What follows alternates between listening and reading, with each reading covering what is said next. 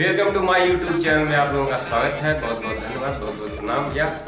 आज हम आप लोगों को दिखाने वाले हैं कि भोजपुरी बोलबम की शूटिंग कैसे हो रही है, कैसे कर रहे हैं, कहाँ कर रहे हैं, किस जगह होती है भोजपुरी गानों की शूटिंग, लोकगीत, धोबी गीत, देवी गीत, जो भी है, जितनी भी शूटिंग से लेकर जितनी भी सब कुछ है मैं दिखाऊंगा आप लोगों को। पूरा लोकेशन दिखाऊंगा, कहाँ कहाँ शूट होता है, कैसे होता है। ठीक है जी, तो वीडियो में पूरा बने रहिए, आप लोगों को अपना वीडियो दिखाऊंगा। Go to my video. अरे तो एक लाइन कर देंगे। 10 लीटर पानी रहता है, तुम 10 लीटर।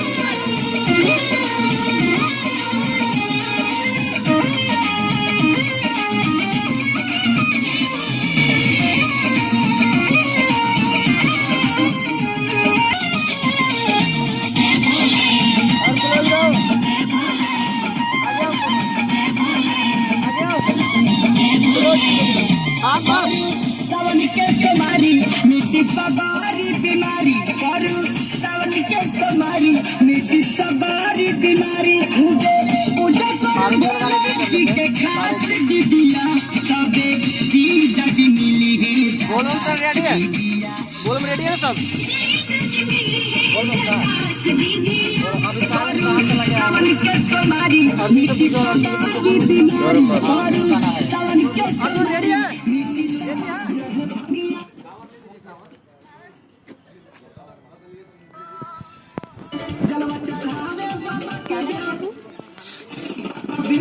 कबले पूरा होएगी नहीं के कहीं के उम्मीद, कबले पूरा होएगी करे के तलाश दीदिया तबे जी जज मिली है झकास दीदिया।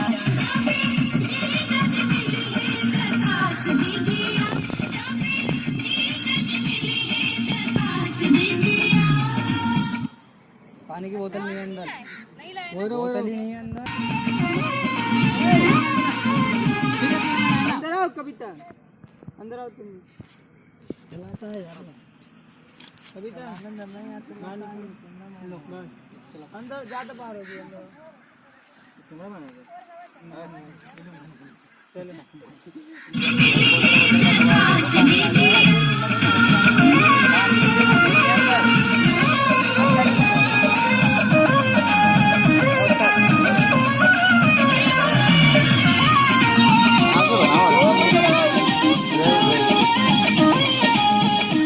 रखो इसकी।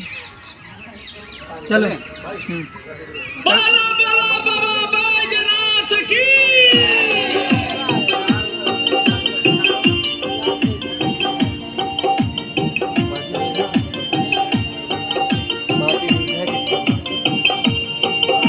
म्यूजिक बाय मंटू मनी। हो गई हो कंवरियन के भोरही टान हो गई हो, जागी भोले बाबा बिहान हो गई हो, जागी भोले बाबा बिहान हो गई हो, जलवन के सभे तैयार हो गई हो, जलवन के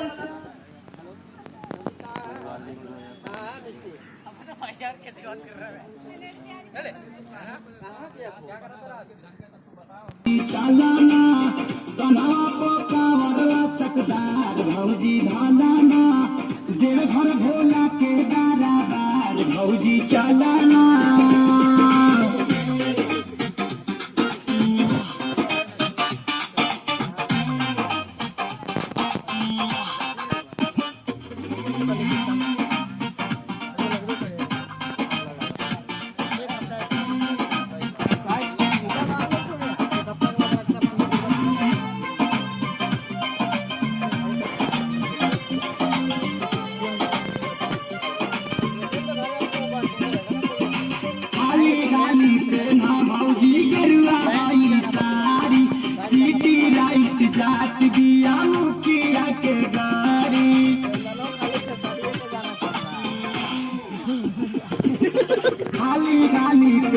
भौजी गेरुआ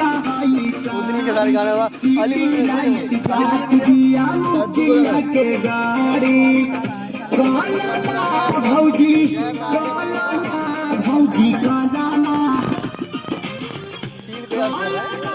भौजी कालाना भौजी कालाना कुछ और पाइया जोगाड़ भौजी कालाना जल्दी से हो खटाई यार भौजी चलाना कुछ और पाइया जोगाड़ भौजी कालाना देव भर भोला के दरबार भौजी चलाना